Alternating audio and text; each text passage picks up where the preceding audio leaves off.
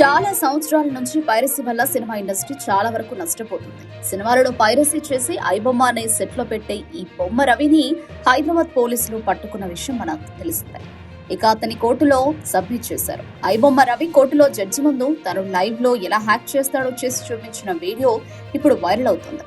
మొత్తానికైతే రవికి చాలా మంచి టాలెంట్ ఉందని గుర్తించిన జడ్జ్ దానిని ఇలా ఇల్లీగల్ యాక్టివిటీస్ కి వాడడం సరైనది కాదని చెప్పినట్టు తెలుస్తోంది. మొత్తానికైతే ఎలాంటి సినిమానైనా సరే పైరసీ చేయగలిగే కెపాసిటీ తనకుందని జడ్జి కూడా నమ్మాడు.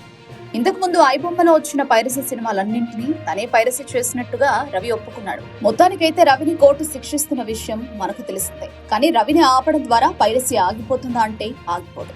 సినిమా ఇండస్ట్రీలో ఉన్న సినిమా ప్రొడ్యూసర్స్ వందల కోట్లు ఖర్చు పెట్టి సినిమాలను చేయడమే కాదు, దాన్ని పైరసీ కాకుండా ఆపుకోవాల్సిన బాధ్యత కూడా వాళ్లదే.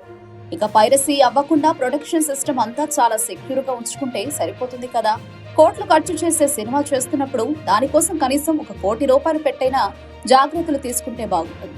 ఇక పైరసీలో సినిమా చూడడానికి చాలా మంది ప్రేక్షకులు సైతం ఆసక్తి చూపిస్తున్నారు. కారణం థియేటర్లో విపరీతంగా టికెట్ల రేట్లు పెరిగిపోవడం. ఒక ఫ్యామిలీ మొత్తం థియేటర్ కి వెళ్లి సినిమా చూస్తే దాదాపు ₹4,000 వరకు ఖర్చు అవుతున్న ఈ రోజుల్లో ఒక సగటు మనిషి ఈ ఖర్చును భరించలేడు.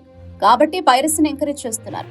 సినిమా వాళ్లు సైతం కోట్లు ఖర్చు పెట్టి సినిమాలు చేసే కంటే తక్కువ బడ్జెట్ లో సినిమాలను చేసి ప్రేక్షకులకు తక్కువ టికెట్ రేట్ తో సినిమాలను అందిస్తే బాగుంటుంది. అంతే తప్ప టికెట్ రేట్లు ఇష్టం వచ్చినట్టు పెంచితే జనాలు సైతం ఇలాంటి వాటిని ఎంకరేజ్ చేయక తప్పదంటూ మరికొన్ని అభిప్రాయాలు అయితే వ్యక్తమవుతున్నాయి. చూడాలి మరి ఇక మీదట కూడా సినిమాలో పైరసీ అవుతాయా, లేదంటే దాన్ని అడ్డుకునే విధంగా ప్రణాళికలు ఏవైనా చేస్తున్నారా లేదా అనేది తెలియాల్సి ఉంది.